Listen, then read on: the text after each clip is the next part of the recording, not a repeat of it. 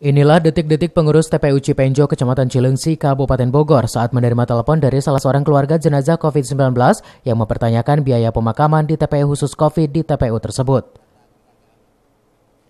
Dalam pembicaraan via telepon genggam tersebut, tampak pengurus makam kaget pasalnya selama pandemi COVID-19 dan TPU Cipenjo dijadikan pemakaman jenazah COVID, pengurus makam dan juga penggali kubur tidak pernah meminta bayaran pada keluarga jenazah dan semua tergantung kebijakan dari keluarga.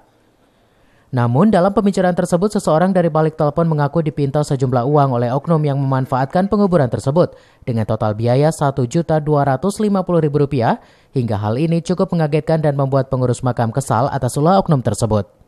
Tapi pernah ada nggak sih laporan dari pihak korban? Nah, dari pihak keluarga sering ada juga yang isu-isukan seperti itu, Akang. Yang seperti tadi kan kadang-kadang yang katanya minta Rp1.250.000. Padahal di sini sepeser pun saya nggak minta uang. Cuman dia nanyain kalau memangnya harus ada anggaran berapa duit, itu masuk ikhlasnya aja. Gitu. Berarti ada oknum yang menjual ya Pak itu ya? Udah pasti Akang seperti itu. Ada oknum menjual istilahnya untuk biaya pemakaman di sini segitu ya? Rp1.250.000. Itu ada oknum yang seperti itu. Padahal di sini tidak dipungut biaya Pak ya? Tidak dipungut biaya. Seperti nah itu. menurut Bapak oknum tersebut seperti apa sih Pak? Itu mah kebangetan saya Pak. Kalau menurut saya masih masa sih orang tinggal di bisnis juga sih. Dari Cileungsi, Kabupaten Bogor, Edi Junaidi melaporkan.